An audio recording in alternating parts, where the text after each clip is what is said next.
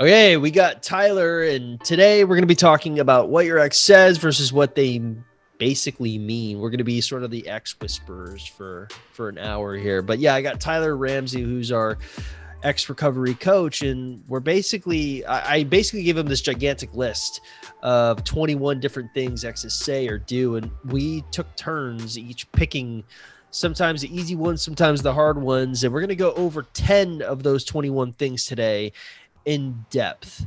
But I just want to introduce you guys again to Tyler. What's up, Tyler? How you doing? Hey, how's it going, Chris?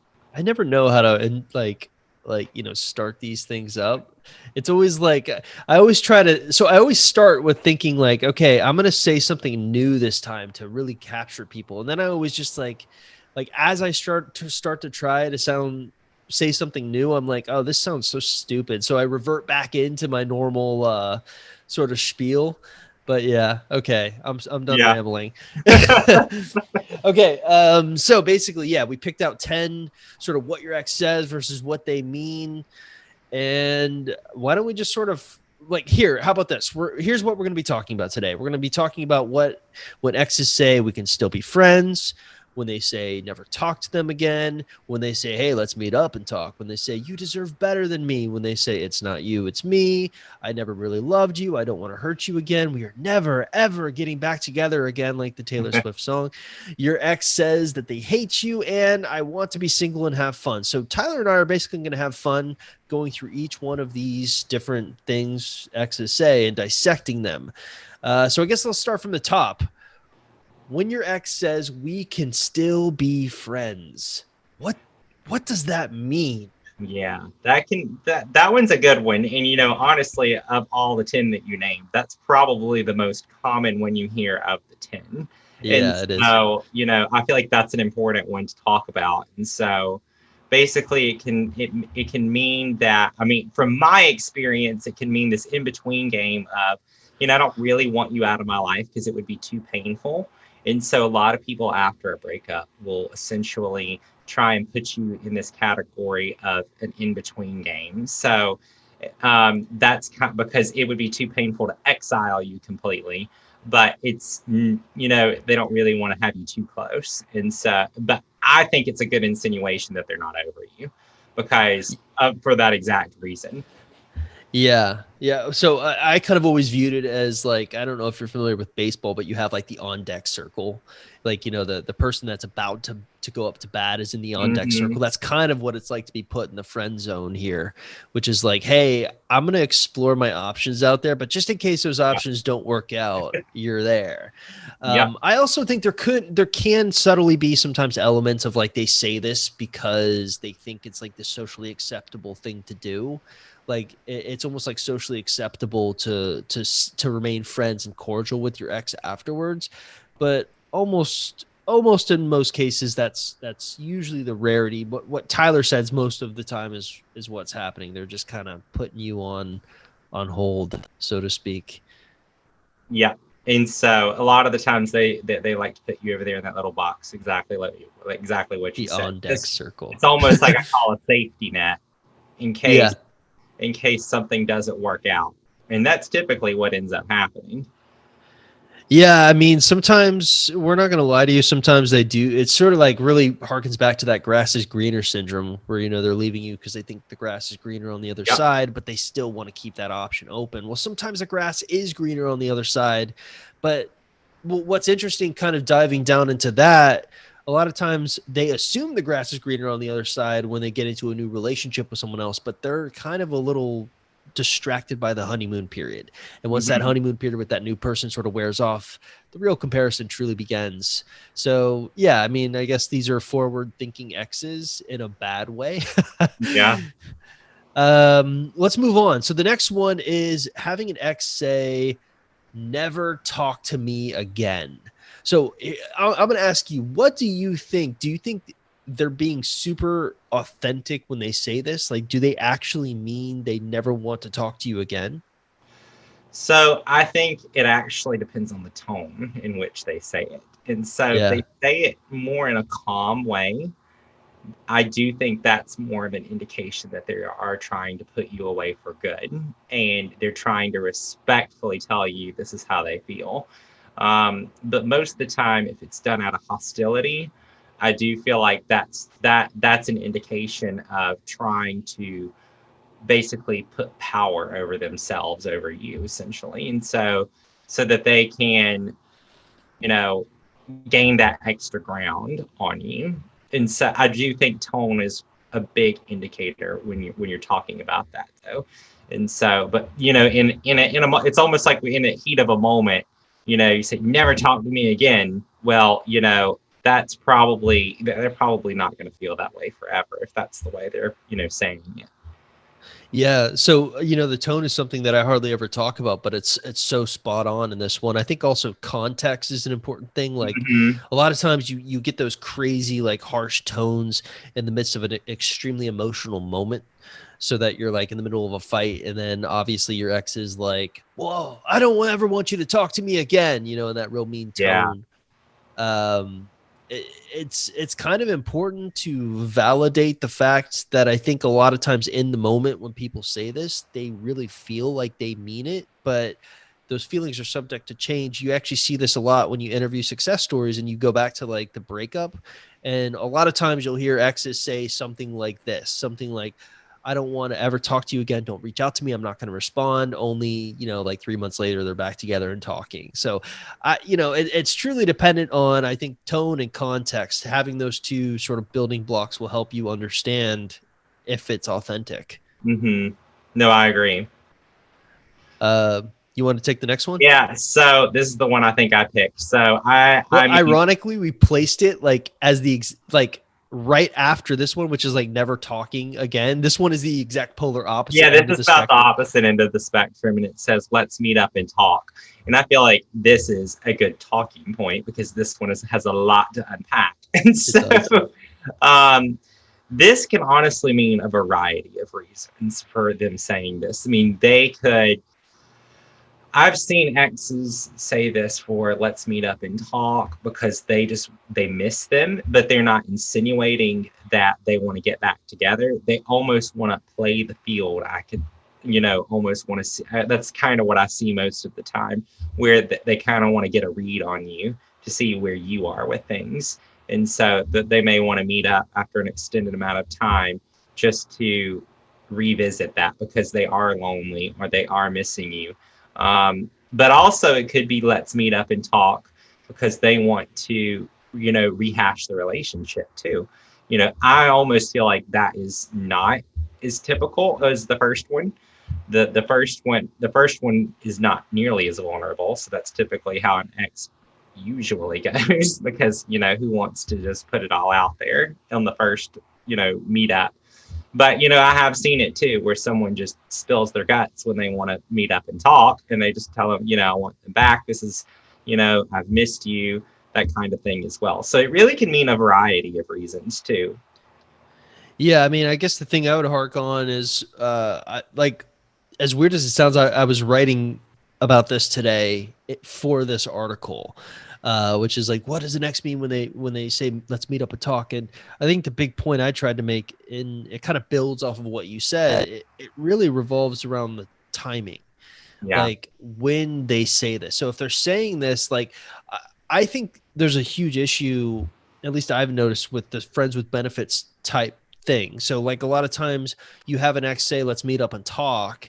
And Hmm. there's almost ulterior motives because they're searching for that Yeah. friends with benefits type thing. And then once you open Pandora's box, it's hard to close Pandora's box, so to speak. But like, Hmm. yeah, if your ex is saying, let's meet up and talk right after a no contact rule, the chances are that it's not going to be like an authentic, Hmm. like, hey, let's meet up and talk and rehash things. There's almost always something else they're looking for, as opposed to if you've gone through some of the value ladder stuff that we teach and you're having great conversations, and it's almost like you're right at that, like, hey, like, let's go on a date phase. Having them initiate that might just be like they just want to initiate a date. Hmm. But to Tyler's point, it's usually not that's usually not the case. Yeah.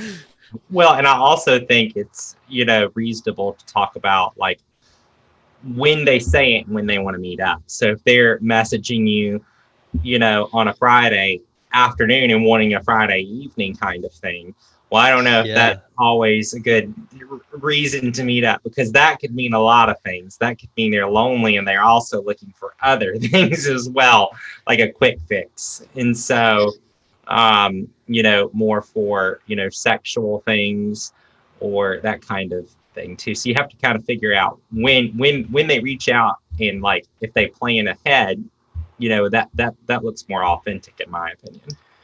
Yeah, so like in the article, I was telling people like this is something that you need to pay attention for, the friends with benefits thing. And the best way to really determine the answer to this is if you're at a stage where you are ready to go on dates, accept it, but then change the schedule so it's farther out to see if they're still willing to go, because then you'll really get some idea of how authentic it actually is and how much they actually want to talk to you versus want other things, if you kind of read between the lines. Let's move on to another one, unless you have something else to add. Yeah, no, I mean, not really anything. I always tell my clients when I'm coaching that I wouldn't accept any kind of date or formal get together unless it's 24 hours or more in advance, because then that means that they're thinking about it. And they really want to see you. You know? And if they're willing to do that, then that means that they're probably more authentic, and it's not something that's going to be like a quick fix like I talked about. Yeah.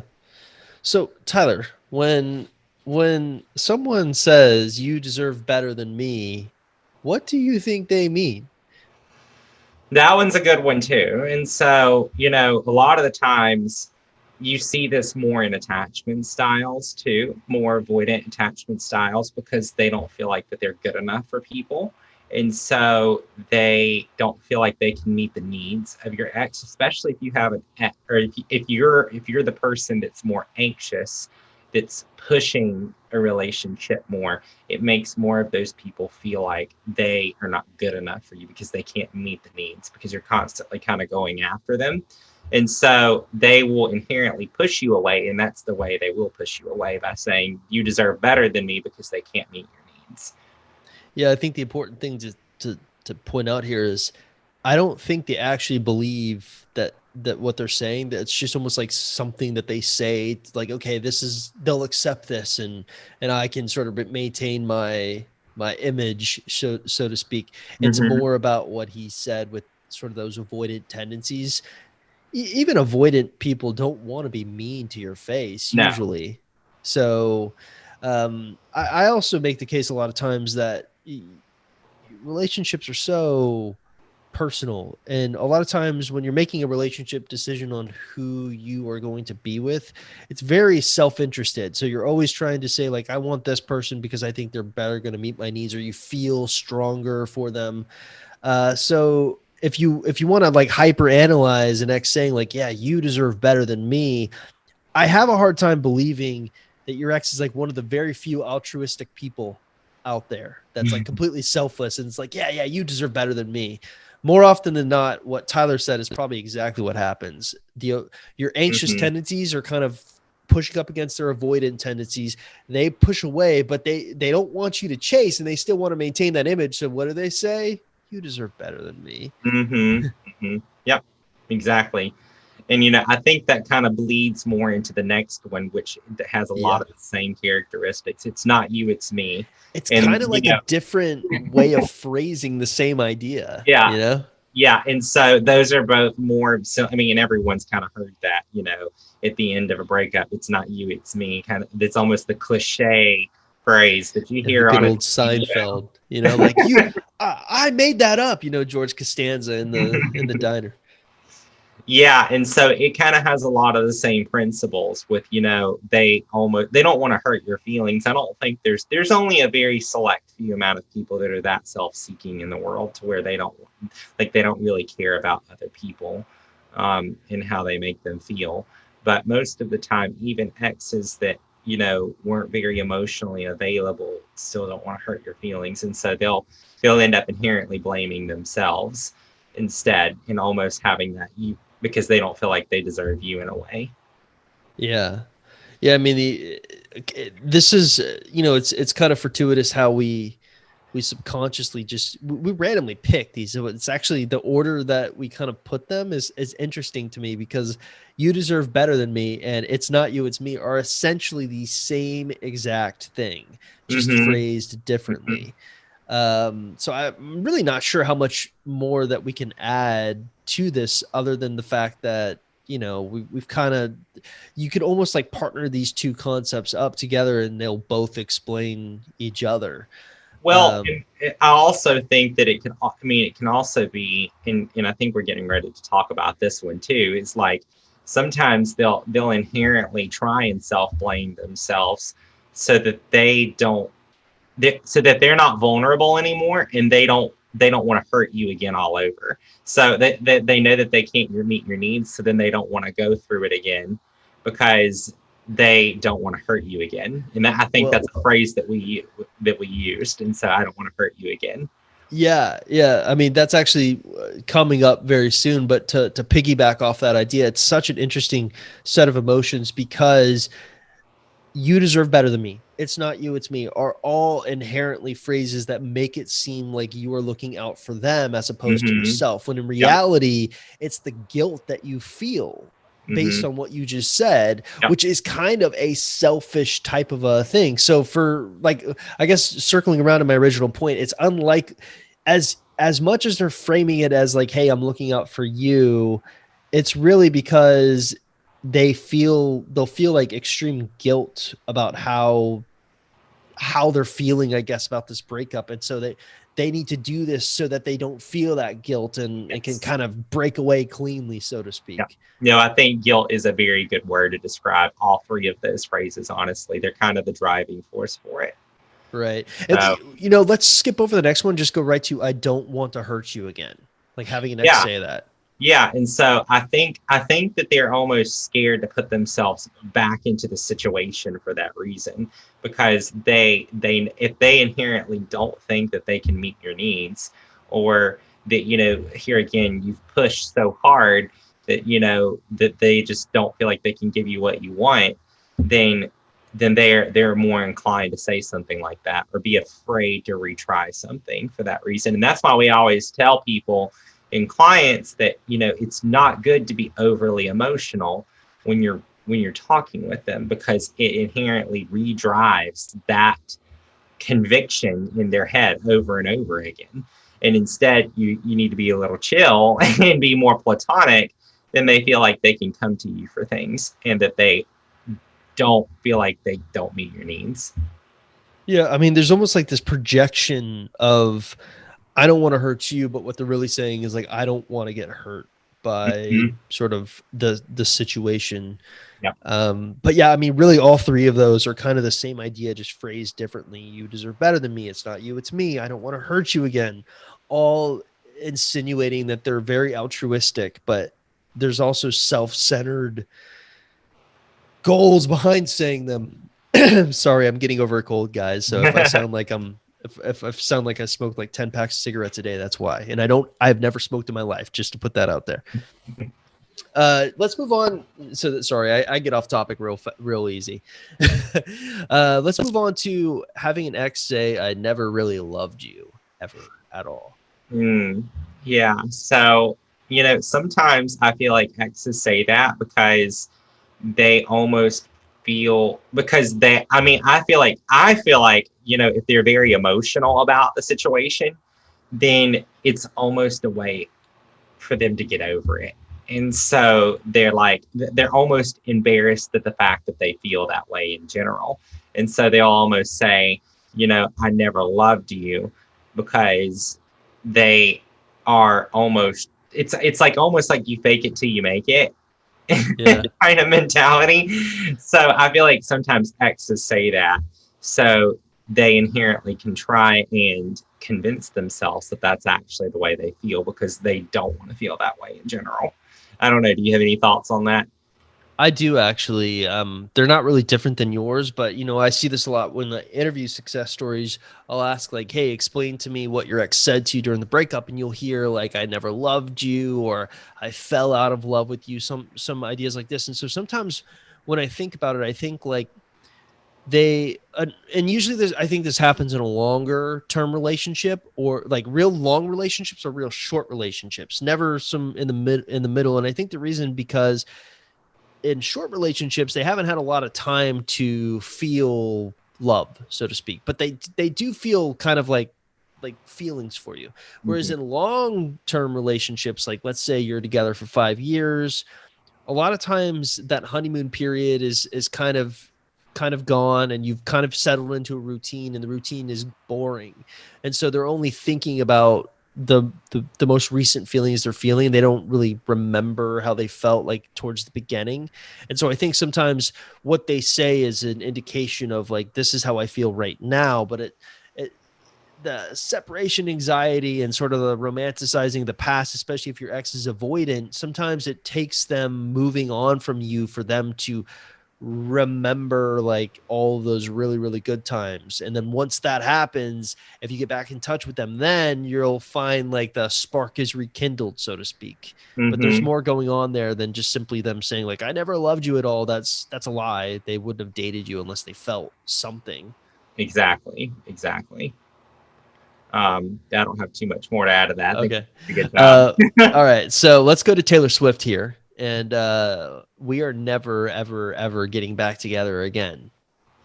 Yeah, Which I think that's a that song was written by Jake Gyllenhaal, for the record. So this one's actually, I'd put that more towards the top, on things that I've heard over and over as yeah, well. And I've seen a lot of exegete all those words too. And so, I mean, yeah, I have even had, some of my friends say that and then give their ex a second chance. So, and they've even told me as an inside friend, so it's something an ex will say. But I feel like in that moment they may feel that way, but it's inherently an emotional experience that they're occurring of like, no, this is done. And I think a lot of people use that to convince themselves so they don't have to rehash the emotions of the breakup itself. And so it is almost like an avoidant way of dealing with it. yeah. You know? I guess my experience is my first girlfriend ever. I said this to at the breakup, at the precipice of the breakup. I'm like, hey, we're never getting back together. Well, fast forward a few months, and I wanted her back, but we didn't get back together. And I think I said it purely from a place of, this is something I'm going to say that's going to hurt her and make her want me more. Yes. So I think there's an element of that involved. Hmm. I see this a lot happening in two places, like right at the precipice of a breakup, and then also like right as you start to get back in contact with them again. I think sometimes an ex panics when they start to feel things. And so it's almost like a reminder to you, like, hey, this needs to stay platonic. We're not getting back together. Which to Tyler's point is like that proving to themselves like this is how it's going to be when they're Hmm. kind of denying themselves how they feel. Yeah. Well, I think it inherently eliminates hope. And I think hope is what is the driving force of pain after It's a good. relationship. Yeah. And so when you completely eliminate hope altogether, it's a good coping mechanism for moving on. And so I think a lot of people will try to do that. Yeah, I think hope is a great approach to looking at this. I actually haven't thought of that before. Hmm. But yeah. I mean, I don't really know if we have too much more to add there. Anything for you? No. Let's stay kind of in the same vein here and say like you got your ex who says like, Tyler, I hate you. What do they mean?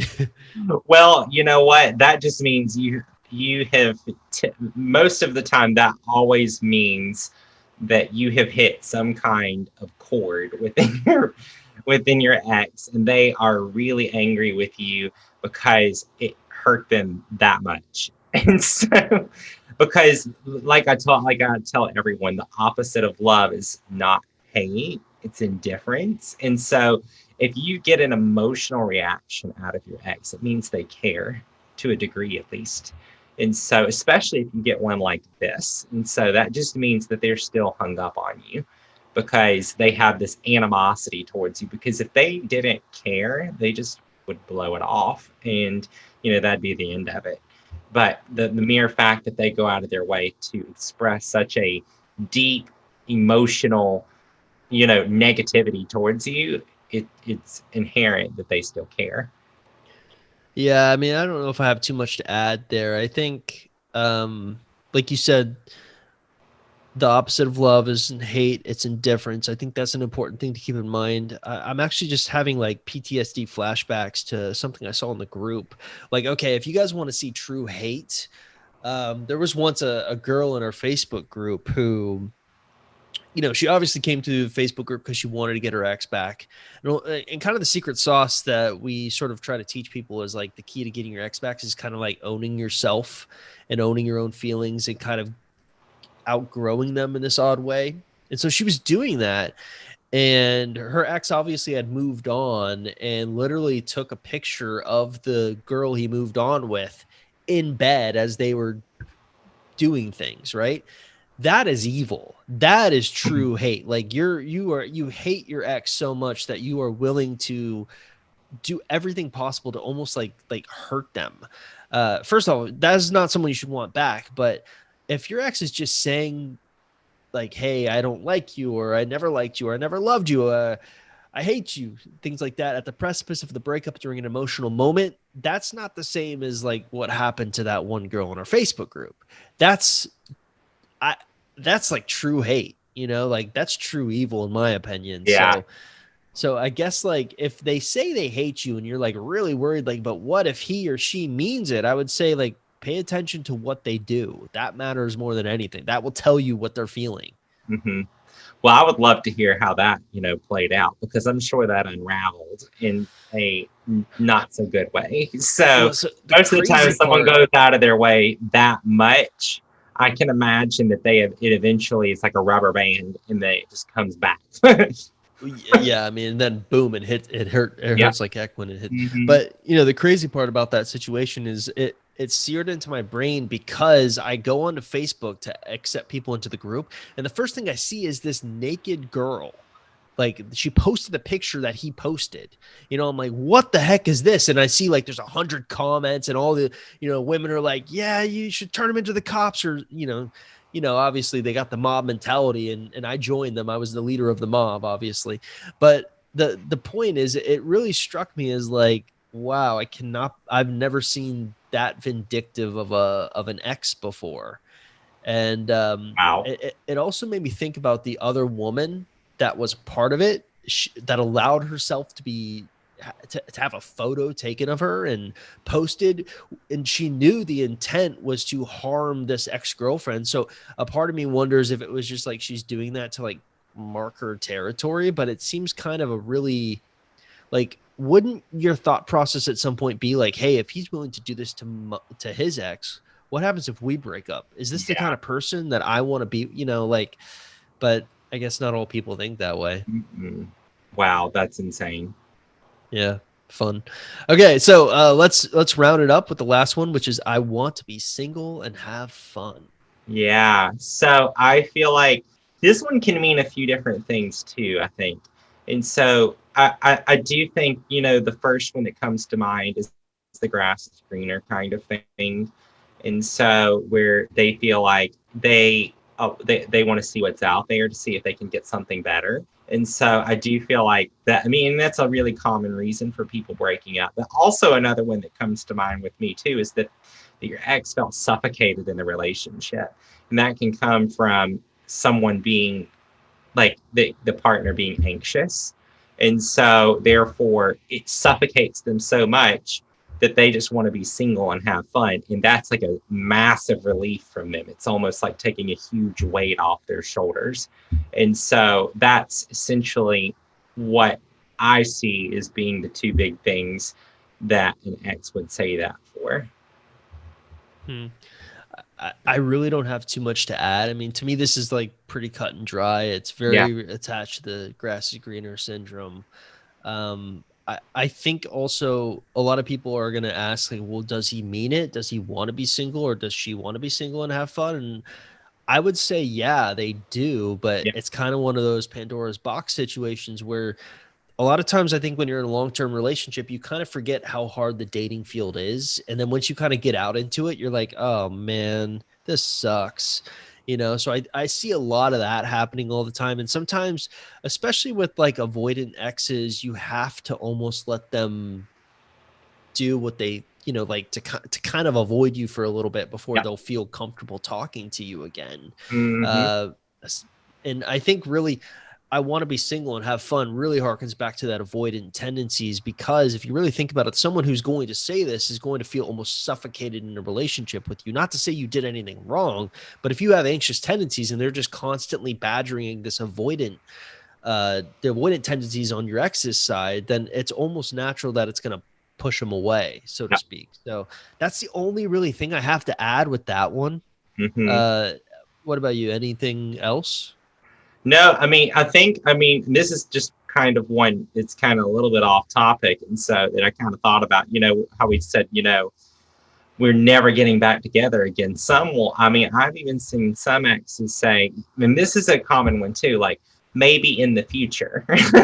Oh yeah, it's the I whole feel like that's crack the door open type yeah, thing. just slightly keeping that door open. And Yeah. it's almost kind of goes into the friend one too, of like, I still want to be friends, or, Yeah. maybe not now, but in the future, it's still, and that kind of reminded me of that when we were going through it. And I feel like, we're talking about 10 things. Maybe we can add an 11, a bonus one. So, Yeah, the bonus. Well, what I think sorry, go ahead. No, you go ahead. Yeah. Well, what I think is fascinating about a lot of these is, as you guys are listening and noticing, a lot of these are almost like interconnected. Like, how like the I never loved you, or you deserve better, or we could still be friends, or let's meet up and talk, or it's not you, it's me. A lot of those are kind of an ex having the same type of feelings and just communicating them differently, even though they're kind of like saying the same thing. But yeah, I mean, really what you're talking about there with like kind of the like, well, like I want to go play the field a little bit, but we may get back together. That like that's the hook. They just like, they're gonna hook you and just sort of be like, well, maybe it can work out later.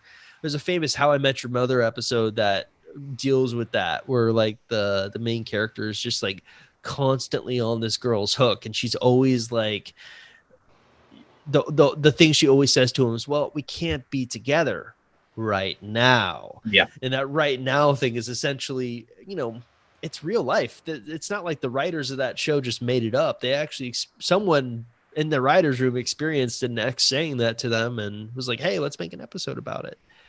Well, I've actually said it to an ex, and I've actually had an ex. You're horrible, Ty.